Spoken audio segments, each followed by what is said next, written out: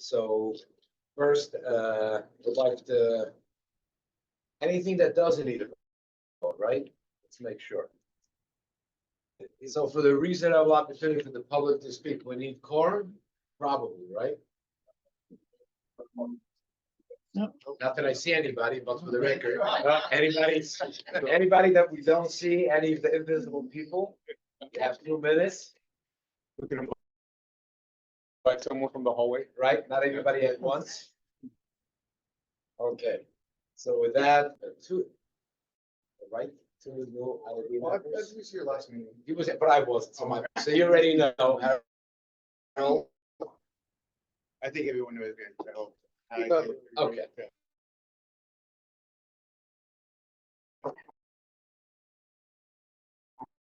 Last. Rescue, which is.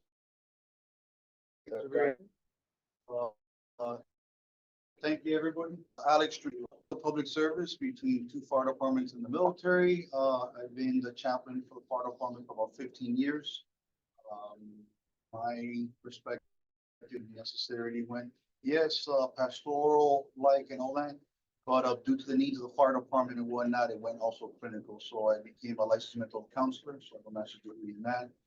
So I kind of wear both hats, you know, the clinical side and the spiritual side, you know, in the fire department and whatnot.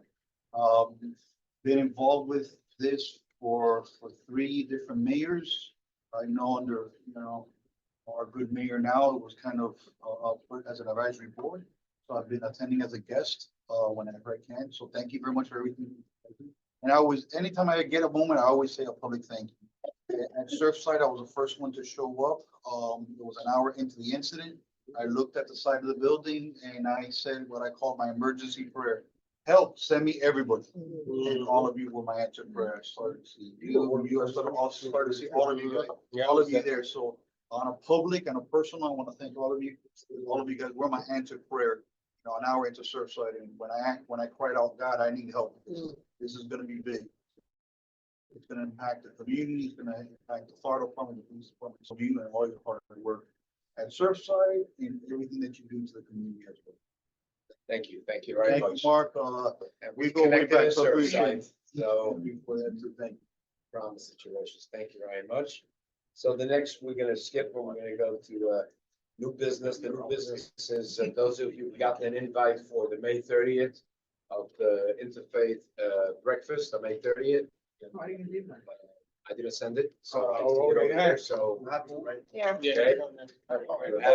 Okay, sorry. Okay, so whoever can make it, you can RSVP on, I unfortunately will be out of town. I Me too. believe it's on- I think so, right?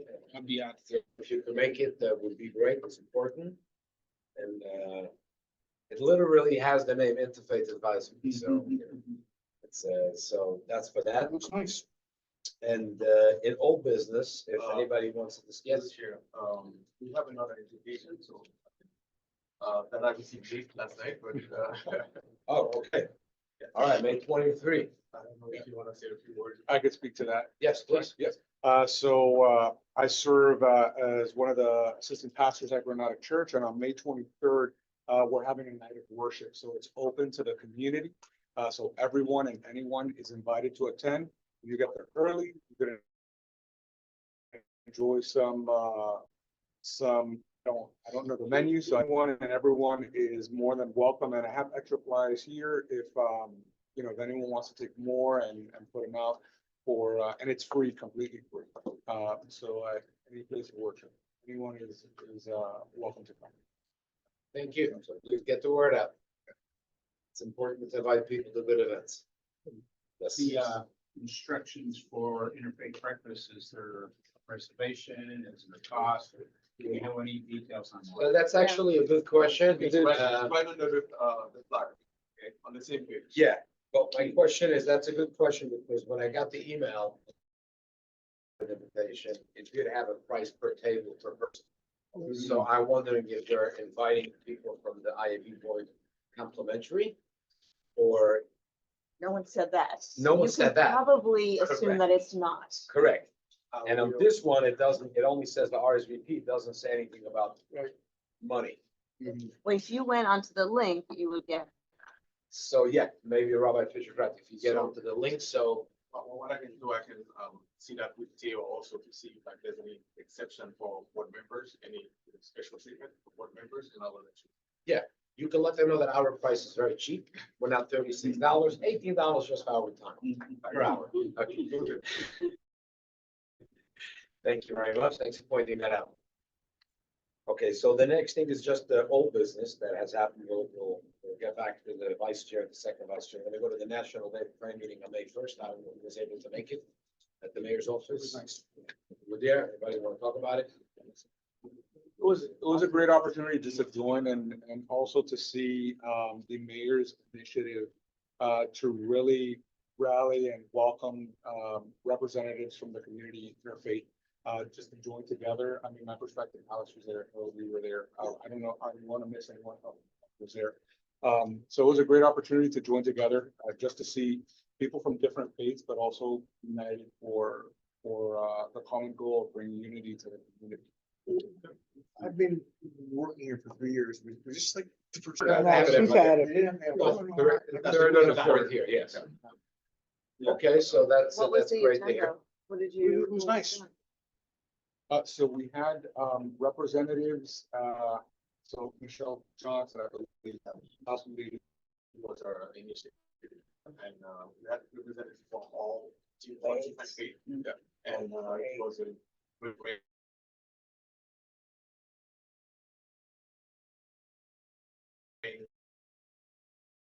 Great, a lot for the mayor. Yeah,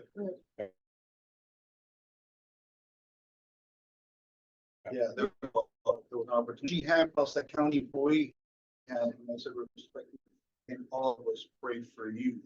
And then I kind of asked someone to put them out, put the person out there, like rabbi. There was a rabbi there, got her and for every, and it was beautiful to see that she's so supportive of that, specifically her, individual faith.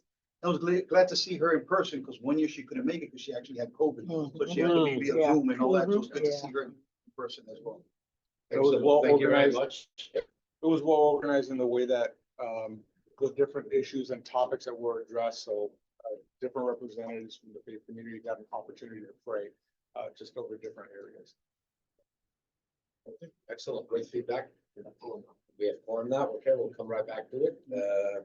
Yes, I'm glad that I wasn't able to be there, courtesy to American Airlines. I'm at the Senate floor for anti-Semitism for older aging Americans. You David Schechter? I was with David Schechter. Yes, I was. We were both witnesses from Florida. And hopefully we make some movement with that, there's a reason, why the elderly population did not want to burden their children when they raised them with the trauma that they went through in their youth. So there was no need for it. Why burden them if the president doesn't represent that? But post October 7, I think across the board, the anti-Semitism in general, not just against Jews, I think that became the nightmare of many elderly people being very concerned about their grandchildren. It's like a flashback, goes through my. No, it's the Senate floor. No, I mean, for that population. I'm not sure. I just don't think that yet. So that's why David Schechter was there speaking about it. Yes, I was with him. I was helping him flip his pages. It's amazing. It's amazing. Okay, so with that being said, now that we have quorum, let's finish those two items. Is the National Day of Prayer event with Commissioner Gonzalez. Anybody was It went well, except it rained like in the middle of the day, kind of dampened things a little bit, but it was very good turnout. Very community oriented and there were, representative of all faith there. I wish we would have had more rabbis present. I would have loved to have seen that more. Yeah. But yeah, it was very good.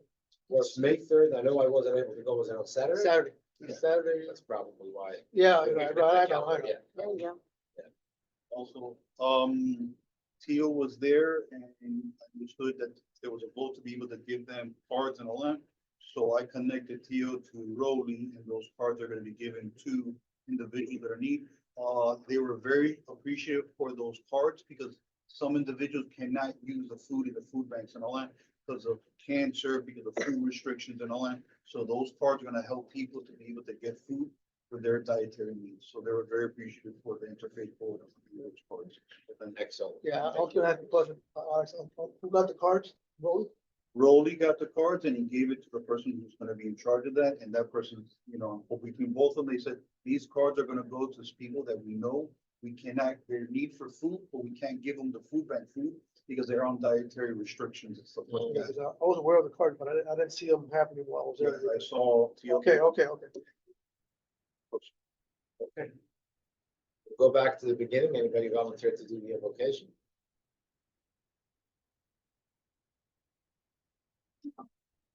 Please. Come to you, Lord, this afternoon, just to bring this board together as we have been helping in many of the difficult issues that our community, our county faces. Thankful for their time. We know that everyone here at this table are busy people. We have many agendas that we head to with our own congregations, our own community. But Lord, we're thankful that we can reach out and reach others.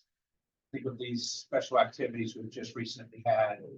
Representative Gonzalez and his calling that day of prayer, their youth affairs facilities. Thank you for those that were able to attend. And I thank you, Lord, that we have leaders that see the importance of prayer. We also pray, Father, for our mayor as we got the chance to do that on May 1st. Thank you for Michelle getting that together and hosting it. Just to see the broad spectrum of people that came that we were able to intermingle with and just share with. I pray, Father, now for this meeting, so we'll be honored and glorified. It's in your son's name we pray. Thank you very much. Someone like to make a motion to approve the agenda? Motion. Second. Approve. Approval of April minutes. Don't need it. Okay. Unfortunately, they haven't been completed by. The minutes? The minutes. Okay. So what I'll do, the minutes for this month and for April. We'll approve it the next meeting. one. Okay, fair enough. And with that being said, before we go to announcements. Right, yeah, before we go to announcements, first of all, are there any member updates that we need to discuss? Now, the new members, We already know the Okay. members. and the 2025 financial. We have an update, we have, Mrs. Hero, Claudia Hero. Yes, I spoke to her by mistake, and she told me that she wants to, be instated. So. okay, I'm gonna get right back to that. I figure because I didn't do that one yet, Vice Chair, so let's get back to that. Okay. So just a reminder that the 2025 financial disclosure, most of the time we get it by email. If not, make sure Alex gets it to you. You have to fill it out to send it back. I'll tell you, my experience is the best way is to email it because you get a receipt back that you got it. There's You get a a way to confirmation DocuSign it? email, yes, yes. And I don't know about the DocuSign, I don't know about that, but there was an email that you could send the documentation back in. And you get an email back. Because in the past, we had some members that had experience that they put it in the mail, they sent it back. Either it wasn't processed or it got lost in the mail, and that automatically, terminated the membership of the board, and it becomes complicated. So I do it by, even if you get it by mail, I still fill it out, scan it, email it back, and whatever you get by mail that has an email, where you can send it back. Has it been emailed already or I haven't seen anything? I haven't seen it. I haven't seen it. So, I'll make sure. Yes. Okay, thank you. Yeah, I think it usually comes in June, right? Like, It's already coming. okay, perfect. Okay, And normally at the June meeting, sometimes they have it out, right? they'll have it here Yes, at that meeting. yes, correct, yes. Okay, so we just pull So up. if you're missing. Just to clarify, it has to be done every year, right? That has to be done Every every year. That's Yeah. automatic. So you still have 1 month to make more money and whatever. Always remember, you get new money, new records. Sure. Yes. Yes.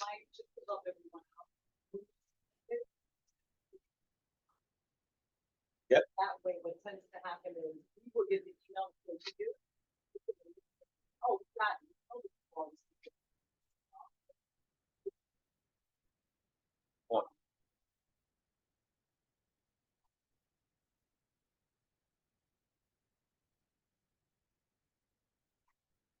That's a good point. Thank you, Doc. It actually happened to me. I got the automatic email back that whatever I sent there, it doesn't matter what it is, has been received.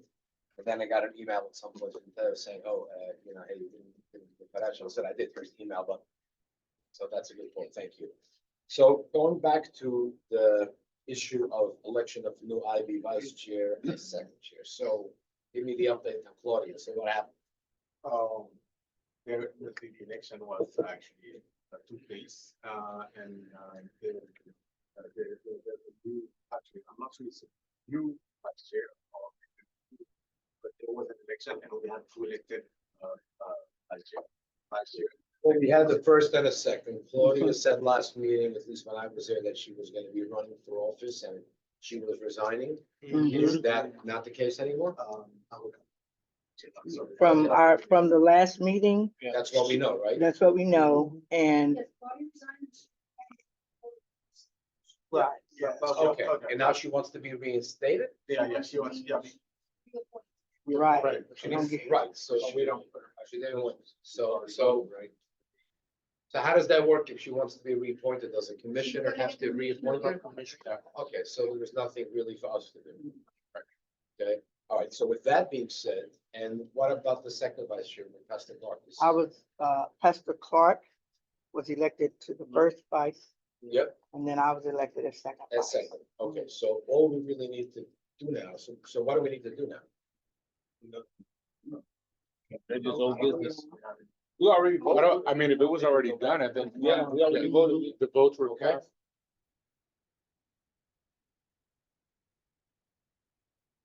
So Pastor Clark is still there? Yeah. Okay, Yeah, we so I already didn't voted. vote, First I time. wasn't sure. Yeah.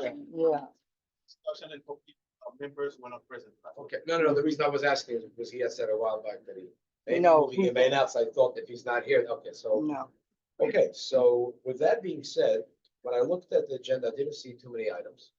And so if anybody has a topic that they want to bring up, just to remind everyone that, we try to stick to 10 minutes on the topic.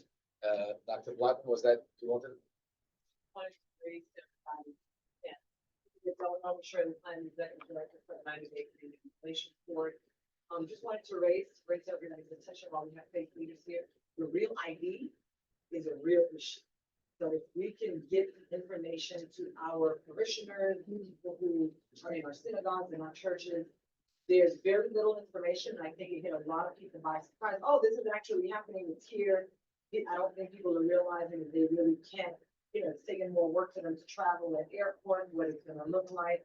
So any education that we can get out to the community, it would be very, very worthwhile. I know that Rabbi, myself, Pastor Gervais, we've been working before the troopers to try to get people appointments because appointments aren't available.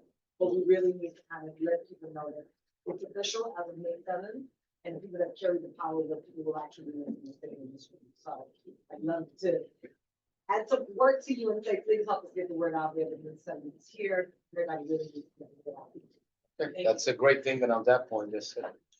I would like Dr. Shirley to also add the information that we just discussed in two different meetings. Community Relations Board and the Criminal Justice meeting where we had to deal with immigration situation and how prominent it's becoming a very Yeah, I'm gonna prominent get to the issue. immigration part. Yeah. She said the best for last. Okay. So by the way, on that note, on the real ID, I know that I have it, as if getting an appointment for the Department of Motor Vehicles hasn't been hard till now. Okay, and I see everybody's nodding their head, yes, it's been a disaster. So now even more so, and if the real ID wasn't complicated enough, those of you who may not know, the motor vehicle offices are no longer under the state, and they're now per county.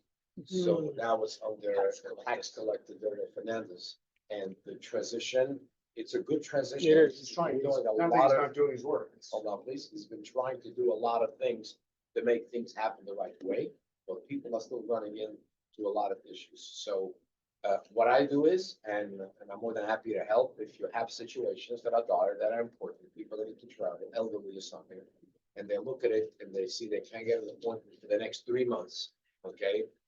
Please reach out to me. If you know anybody, reach out. They're here to help. We just gotta know where to reach out. And they're usually pretty good. and giving an appointment, whenever it's needed, next day, 2 days. It's just a matter of the location where it is. So, till now, when you can do it, from the state level, now Broward is separate, Miami-Dade County is separate. If somebody needs it in Broward, they work here, they live there, it'd still be helpful. I try to use that only, like, I will ask a question if somebody calls and says, oh, we can't get an appointment until 2 months. Okay, I know that that's not what they want to hear, but before we burn up all our, connections that we have to keep it for important things. Sometimes, like yesterday, somebody called and says, my license is being suspended by June 18th because I need to redo my eye exam. And he has already realized. But in order to renew it, now you cannot do it online because you have to physically go in. And that can happen, I think, every 10 or 12 years. So sure enough, he goes online, tries to make an appointment, and tells him 3 months from now. By that time, we'll probably have no vision and his license will be suspended. So, that's one example. Another example is people that don't have a passport now. They don't have any other means of traveling. And the driver's license, at least domestically, would be also, if somebody that, has enhanced driver's license, and it's not here, but in New York and in other states, instead of real ID, it says enhanced.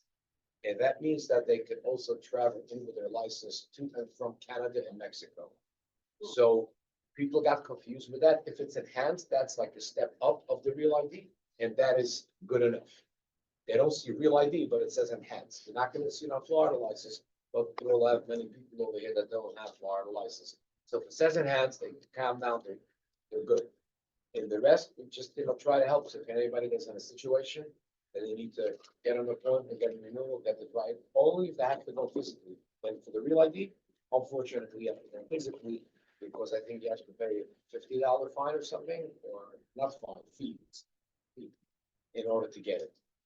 So most people got it over the years, but people that got the licenses a few years ago may not have. So just, be aware. The difference being that little star in the top That, corner. that little star. I don't know exactly what it does, but whatever it is, it somehow makes us safe to travel. I don't know exactly what it We- is. You don't know. I just wanted to look No, at, I don't remember seeing real. but it's Whatever, star. internally, yeah. Yeah. Yeah. Yeah. Yeah, and then they can track it. Uh, Very well. Yeah, right? Okay, so with that, is there any other issues that anybody would want to bring up before we get to the immigration part?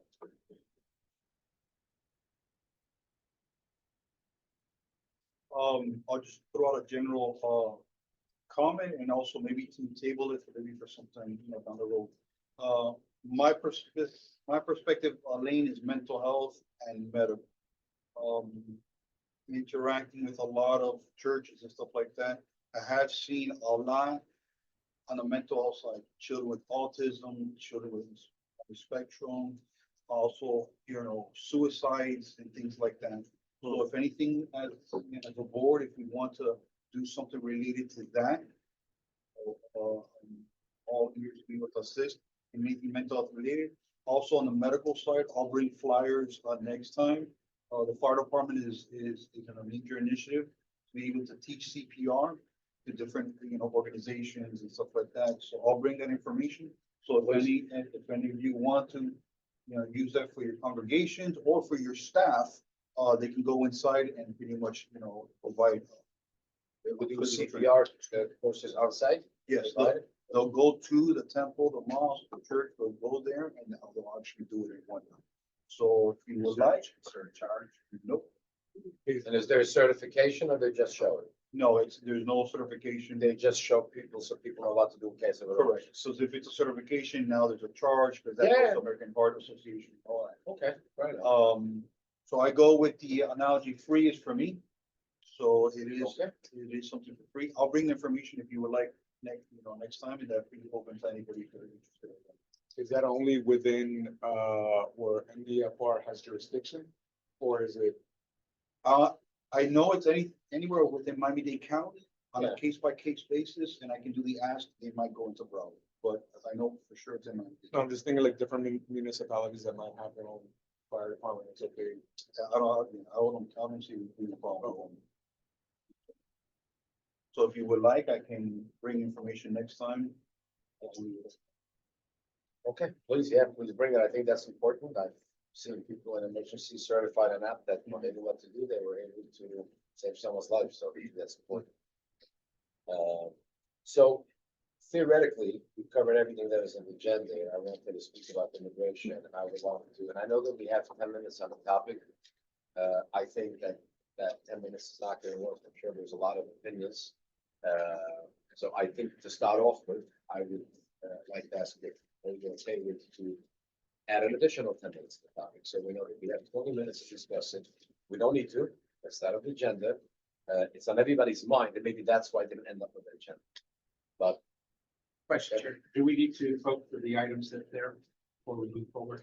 we voted on the agenda, We hold it on. and the minutes we could have.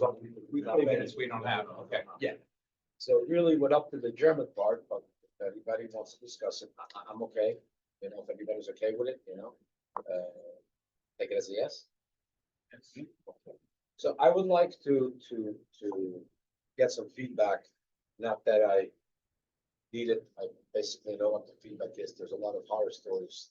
People are very frustrated with the way things are going. And I've been involved in many incidents, which I myself, you know, at the beginning heard one thing, and then the next I heard another thing. And then 4 days later, I found out other information. And what I mean to say by that is because I'm very careful when I hear information, especially in this very sensitive subject, if I'm getting the accurate information. And I think getting the inaccurate information covers the real problems, and it doesn't allow for the real people who are call it a victim or call it collateral damage. They get caught up and stuck in the system. You know what happens? Look, we're not gonna change the way things are from the very higher ups.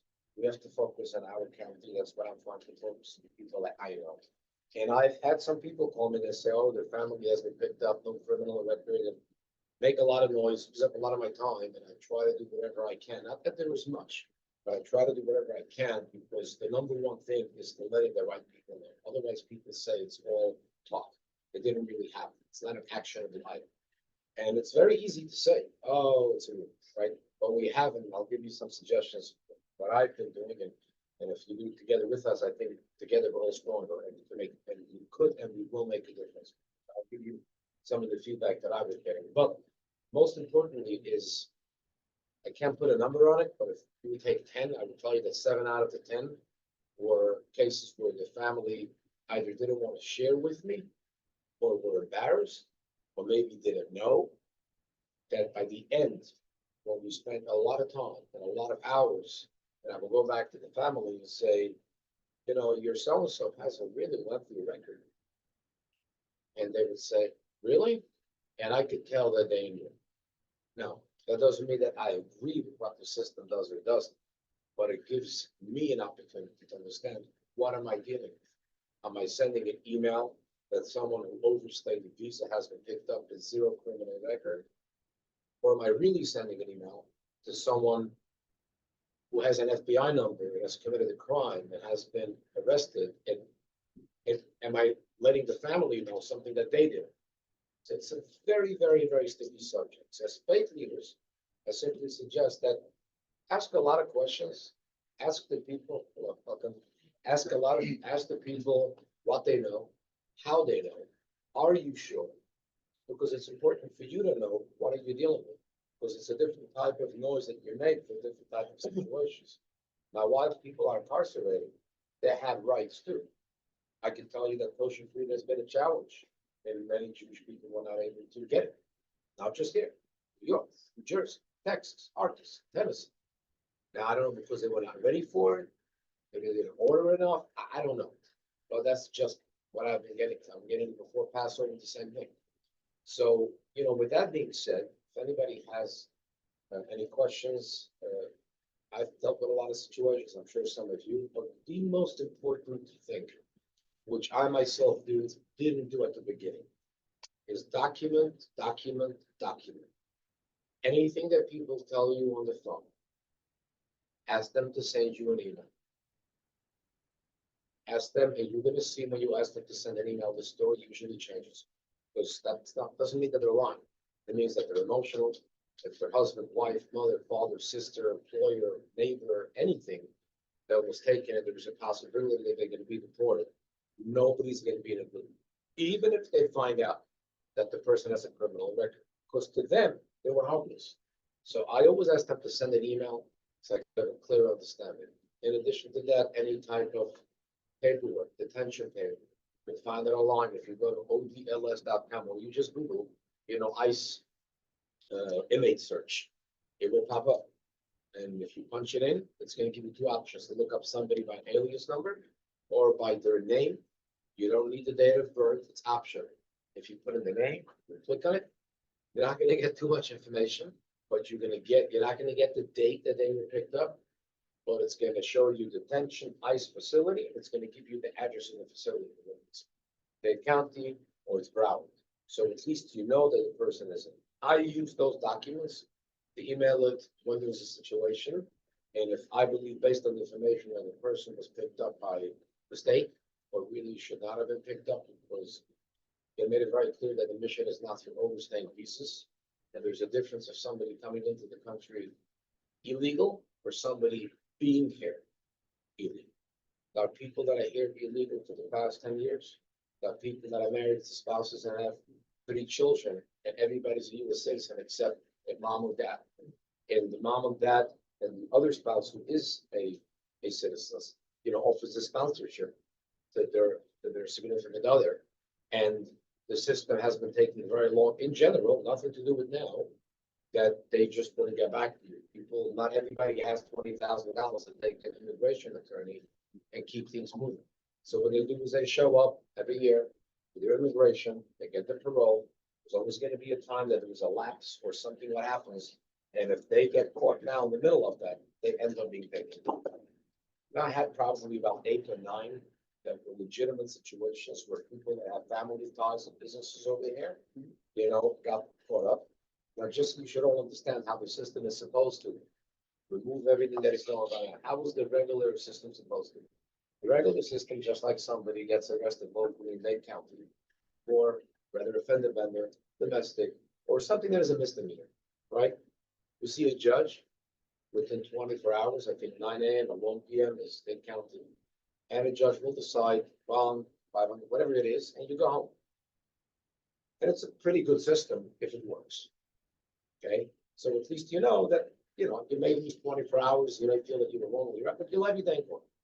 With the ICE immigration system now, because they're overwhelmed, that's not really happening. That system has never been designed to be that. They normally do human trafficking, drugs, a whole bunch of other stuff that they were using. And now that doesn't really happen. And that's why we hear on the news that it's grown, they're overfilled and maxed out, and there's a lot of issues.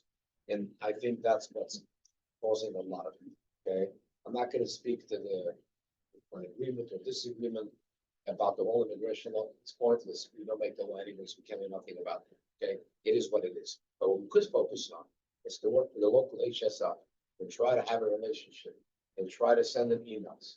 And for those of you who think that the emails don't work and it doesn't help, if you don't get a response, it does.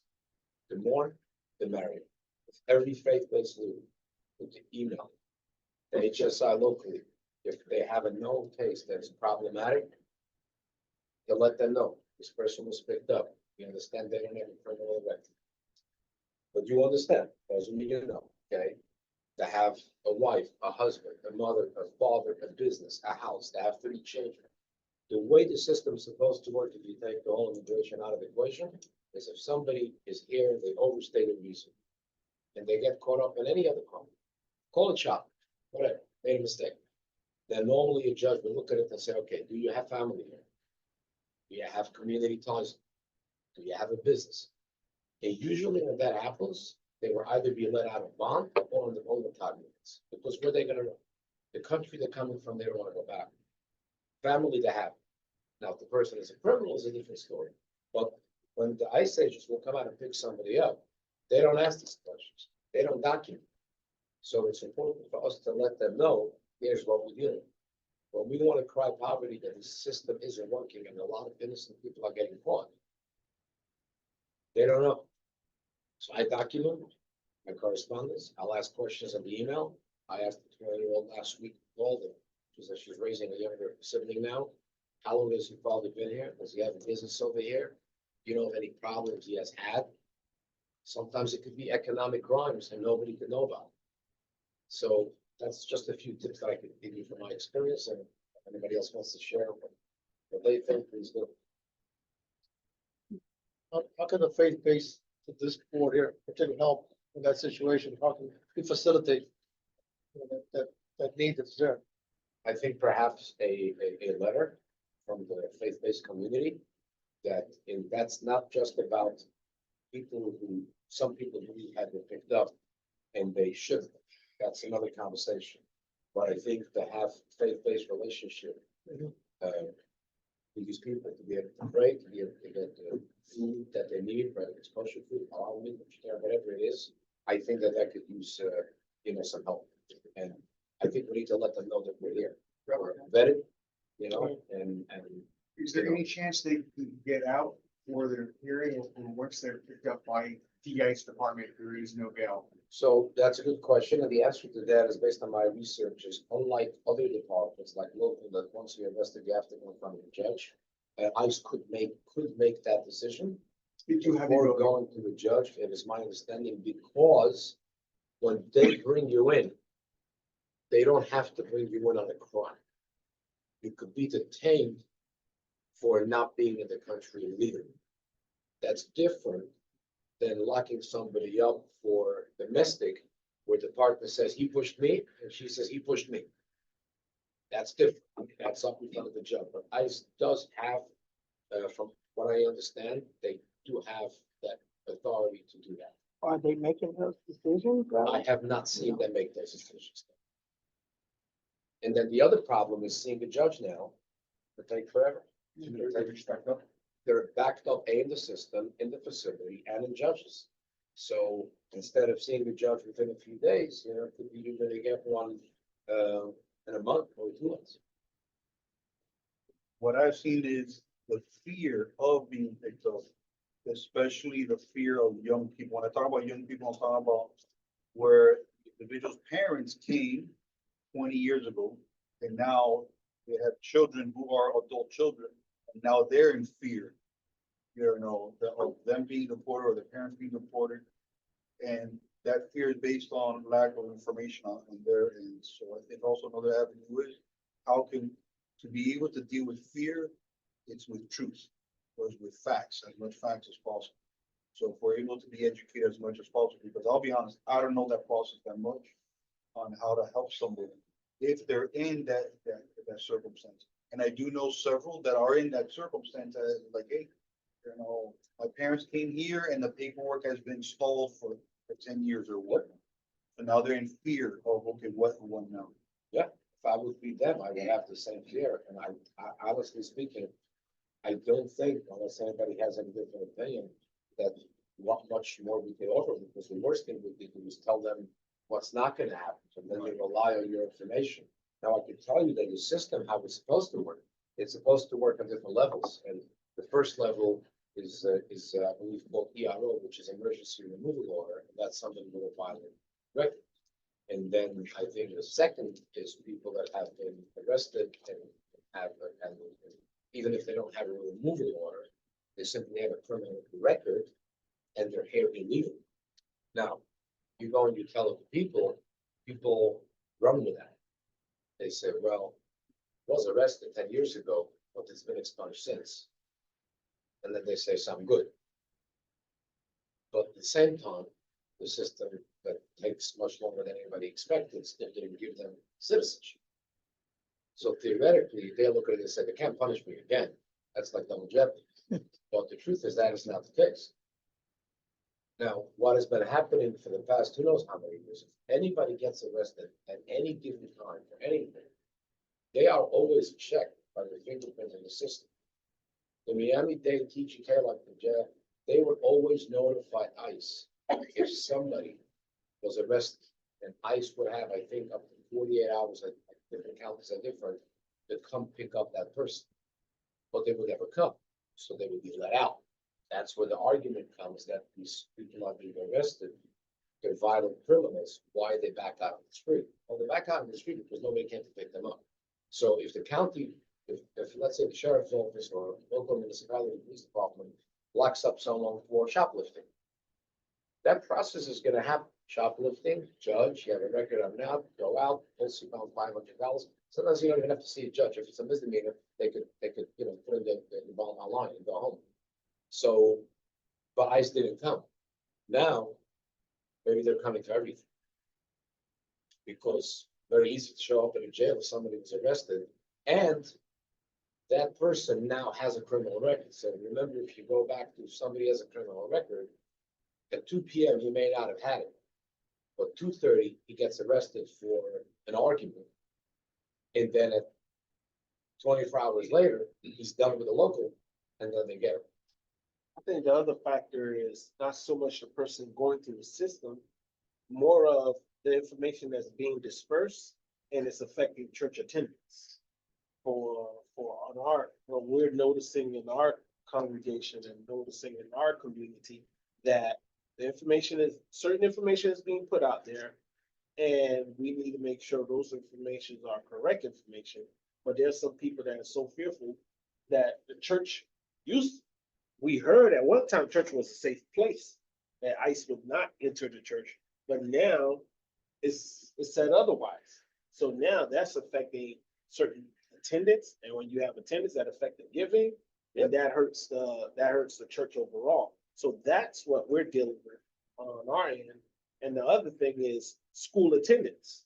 School attendance is being affected because the child has realized their parents are immigrants and they're born here, but they can still be deported. Now, we just heard American citizens could be deported by congressmen telling us this. All right.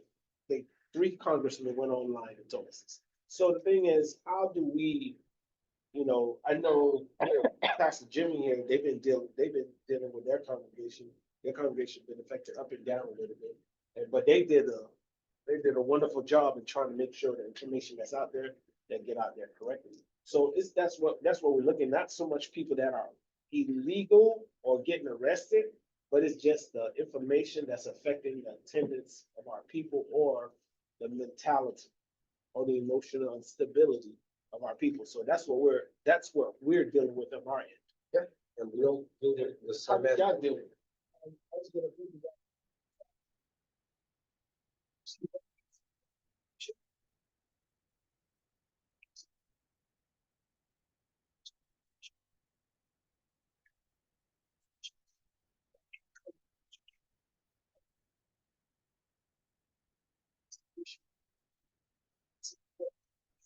For example, in our community, we have organizations, lawyers who will take immigrant cases pro bono and help out. There's a hotline that you can call. It's not only for our community, actually, they work with all types of community that are affected by this. So I think the most important is to organizations, one, partner up, get in contact, create relationships, partnerships with these various community organizations that can come in and help and educate. The most important thing is educating our folks and making them understand this is what the law is, and here are your rights. You do have right to remain silent. You do have rights to remain silent. They need to understand those rights are afforded to everyone that's in the country, whether you are a citizen or not. So they need to understand. Number 2, one of the things we are working on our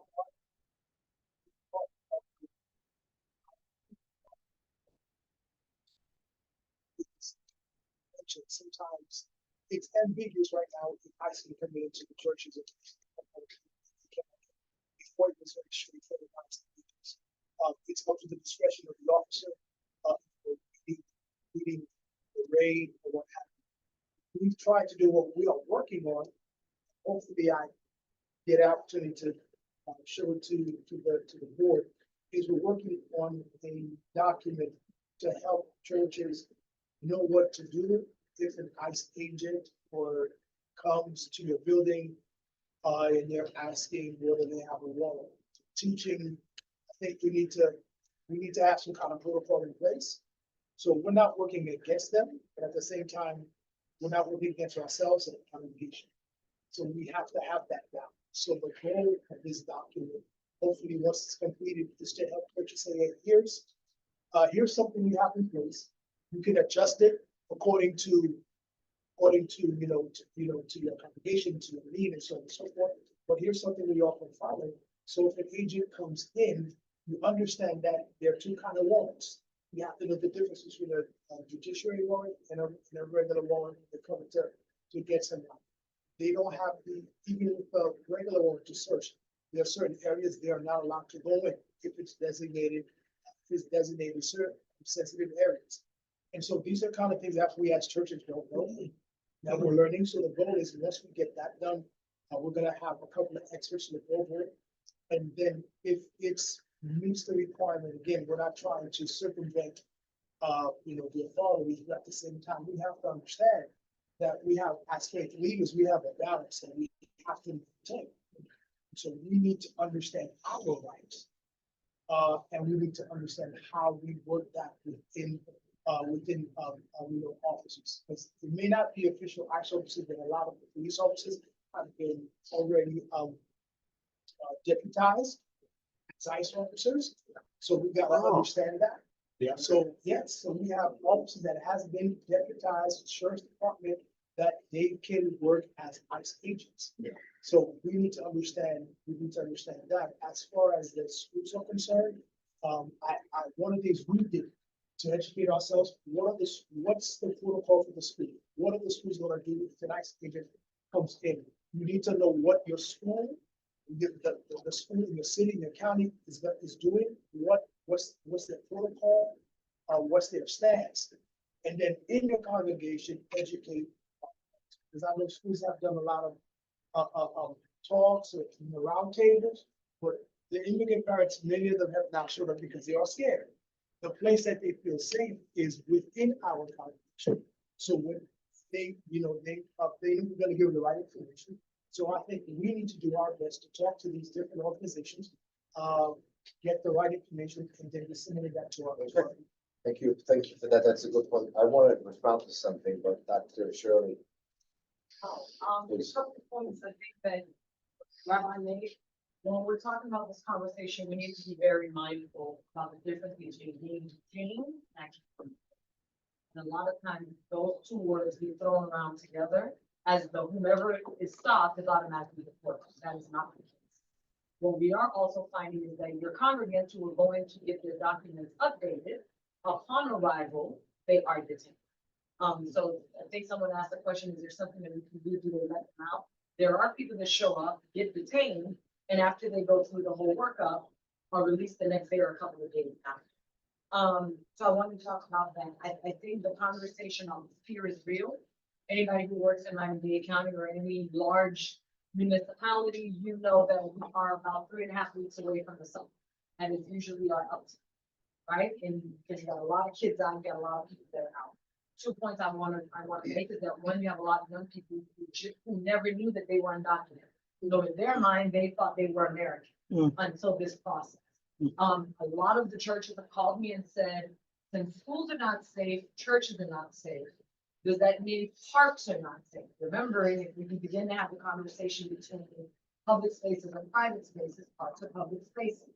That would mean your summer camps fall under a public space. So a lot of parents are concerned, should I send my kid to a summer camp knowing that at any given moment, they may, an ICE agent or a deputized police officer, to the point of deputized, yes, we have Coral Gables, Doral, and Hialeah have signed on with the sheriff's office.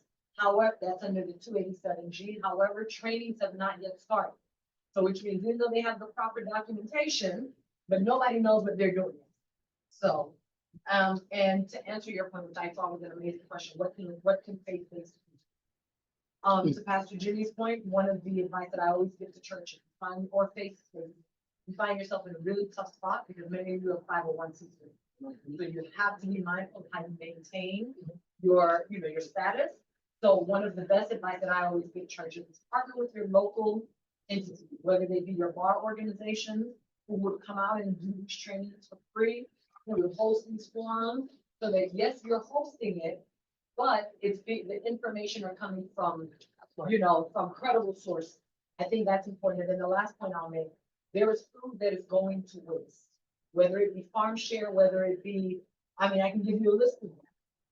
People are not there to pick the food.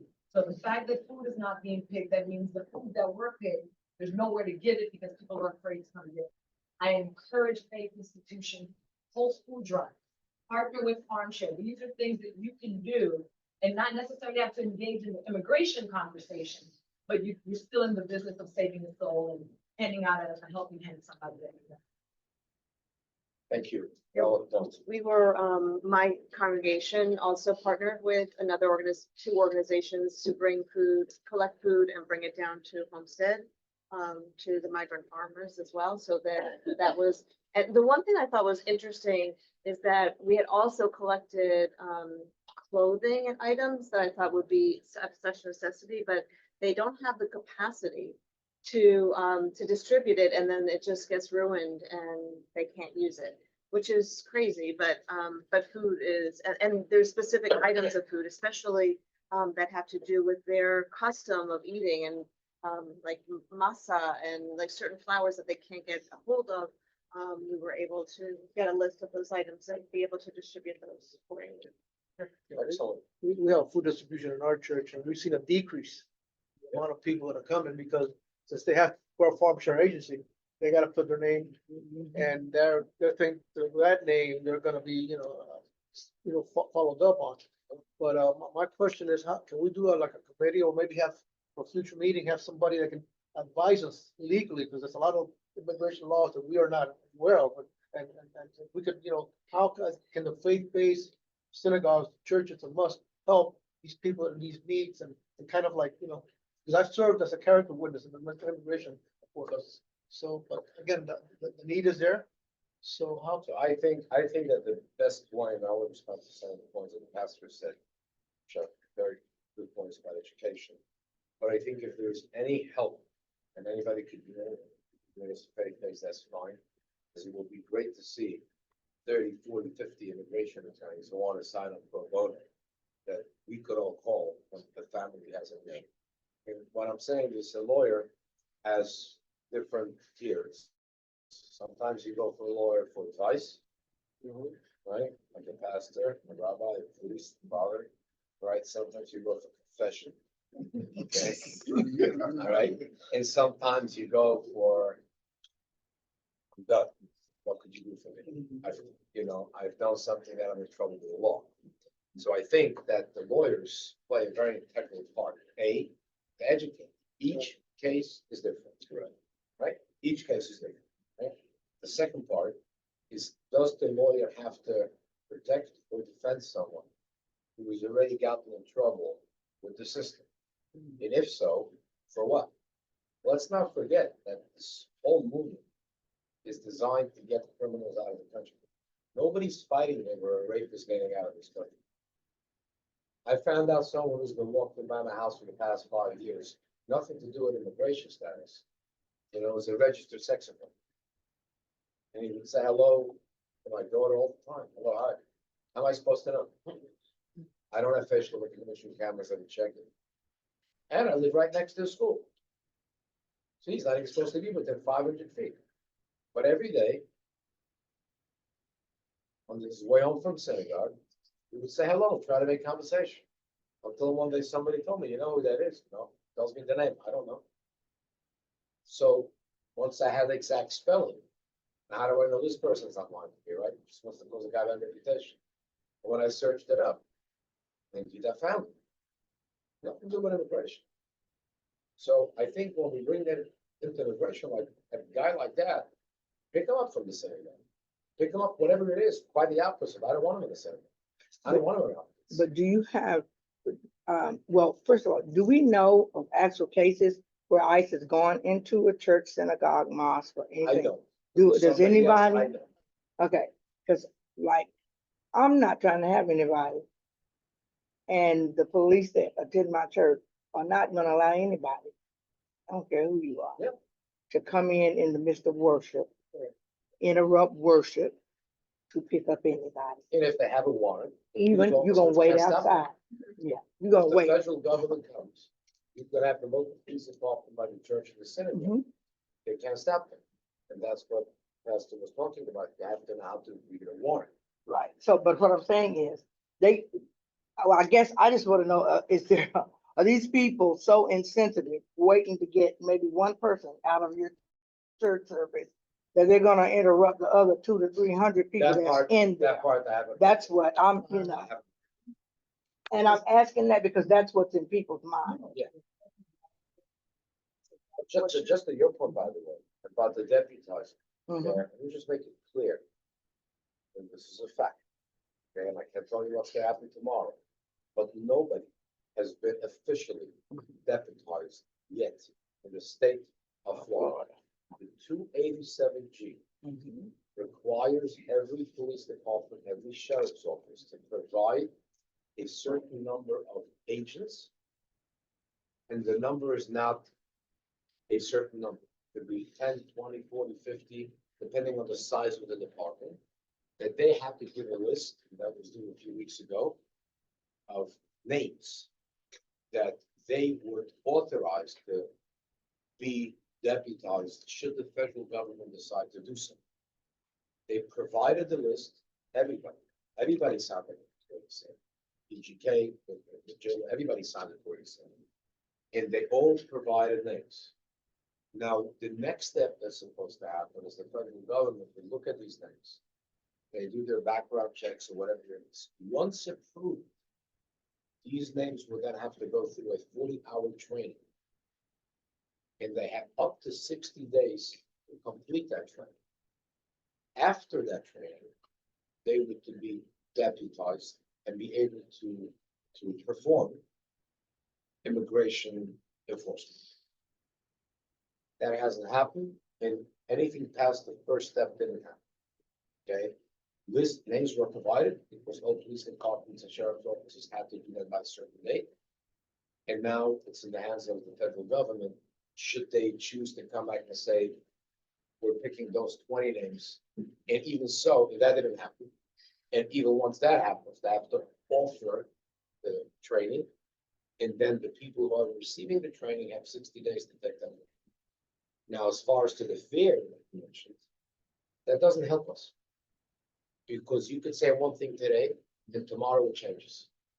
It's like a hurricane. I'm looking at it like there's a Cat 5 coming, and the government says, evacuate. To some people say, why should I leave my house? Oh, no, I got an elderly mother. You don't know what's gonna happen. So I'm very cautious what I tell people. However, what I do tell people, you know yourself better than me. If you're here illegal, you know what you need to do. You know what you have done. You know if you received jury duty letters and you ignored it. Okay, you just didn't talk to anybody about it because there was never any crackdown. But it says on every jury duty letter, if you fail to respond, right, you could go to jail. Okay, no, does that happen? Nah. Here and there, right? Probably. I didn't hear anything. So I tell people, you are right now in the midst of an immigration crackdown. You're in the midst of 300,000 or whatever the number is, violent criminals who want this country. They're gonna take them out. If you're in the middle of it, you may get caught. So you know what you need to do. Did you show up to your immigration hearings the past 5 years? Or did you say nah? Because people told you don't bother showing up. So yes, it's true what Dr. Shirley was saying, is that now when they decide, you know what? This is the talk of town now. Let me get back on track. Let me go back and show up. And then, yeah, it sounds very dramatic, and I'm sure it is. And the stories is horrific. You show up to your doctor's office and somehow you get picked up. Well, that may be not be the path that we want people to take. But if they're already looking for you, and if there is a removal order, just showing up or walking to a synagogue or to a church, to a grocery, to a public, to a park, to the office, it's not going to get you. Now, at that point, call a lawyer and have the lawyer call. Don't go anywhere. Don't think just going to show up and say, oh, I'm back. I'm showing up my point. You don't know.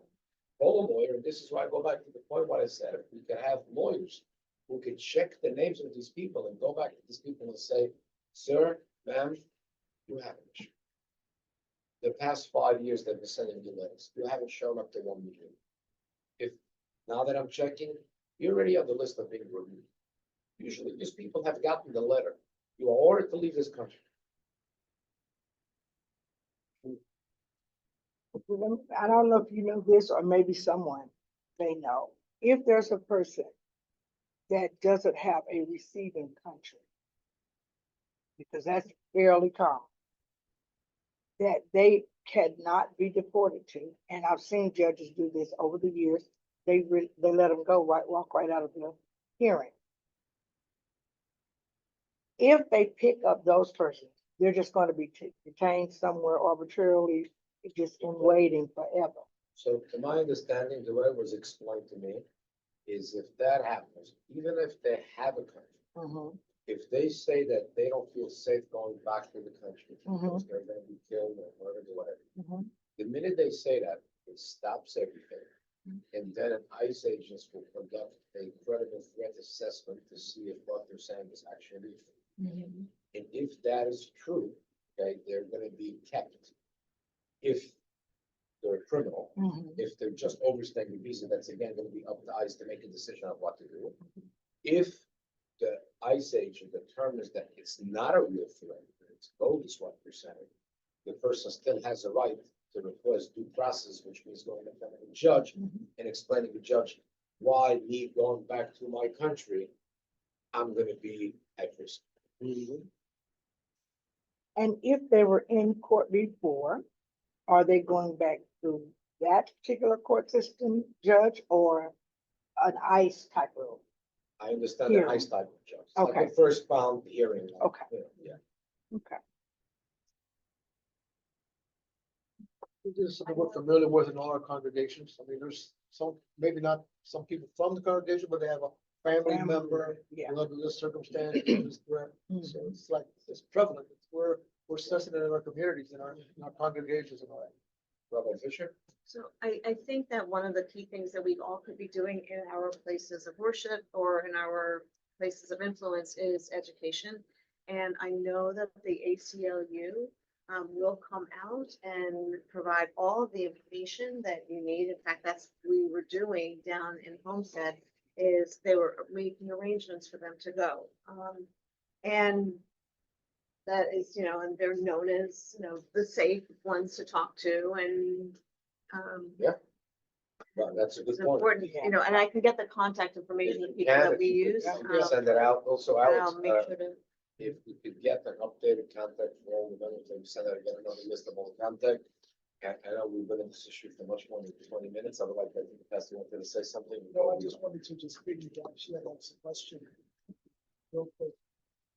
She said there's no church in the US where it's teaching or schools. It's true. Fear is based on comments like that using today. Now, because the churches had pushed back, he took back, he didn't revert back to the original stance. He left it ambiguous. And it's the ambiguity that many faith leaders are saying, wait a second, we heard what you said. You didn't say stop, no, but you left it open to the county or the state of what happened. That's the ambiguity. Yeah. And that's the reason why, after understanding that, we said, okay, it's ambiguous. We don't want to be reactionary because then it pushes us on our heels. Instead, we should be prepared. So that's the reason why we took it initially, let's get with those officers, immigration lawyers, and let's create some kind of protocol. We're going to use, and hopefully disseminate that to the other churches and faith-based churches and say, hey, here's what we have. Here's a mock-up, use that, change it up as we see fit. Yeah, but here's a template. As you see fit, Yeah, and yeah, update it as yeah, necessary. Exactly. So Yeah. our goal is to create a template, make sure it meets the standard at all levels, state and federal, and then say, give it to, hopefully, I'll give it to you guys as well. Say, hey, here's a template we're using, and use this as you see fit. If you have lawyers within your application, immigration lawyers have to look at it, but adjust it as you see fit. But this is a template that we know is going to work. Just in case it happens, we have leaders in our buildings, whether we're having services or it's a day we're not having services, we have volunteers in our buildings all the time, but we know how to respond just in case. God forbid, this happens, we This are is what we do. prepared. And on that note, and ask yourself this question. If you were to travel to another country, any one of us, and you get a visa, you go traveling in the summer, right? And you get how do you call it, visa, not a travel, it's whatever it's called. It's a tourist visa, right? If you stay over the visa in that country, and you get stopped for something, they're gonna tell you, they're gonna take you to the airport, right?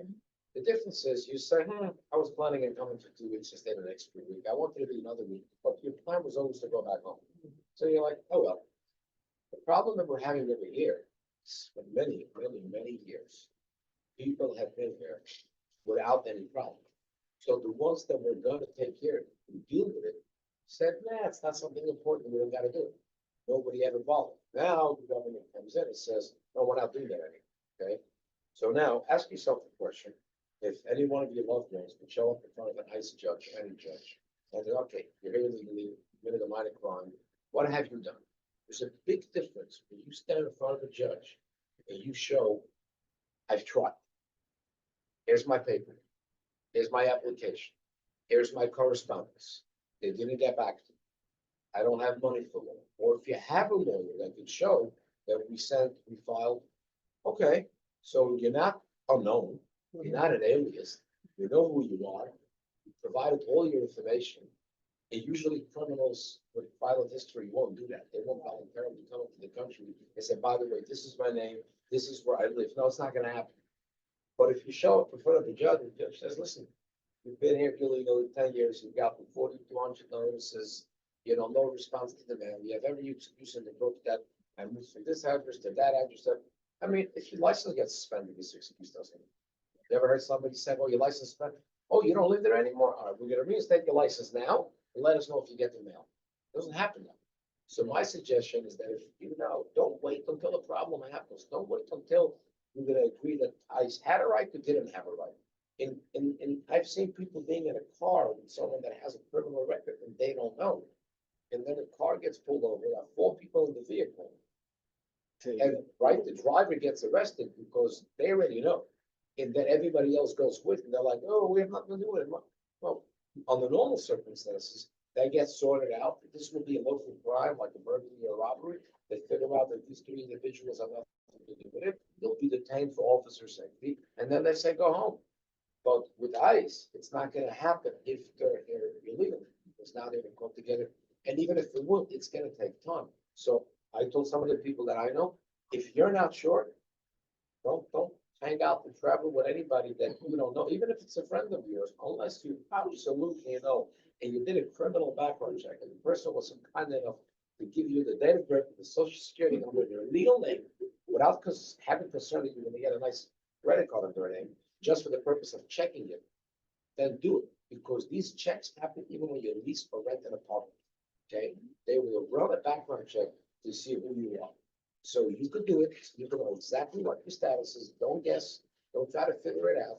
But once you know, if there's pro bono attorneys, if they can do it, and reach out and say, what should be my next step?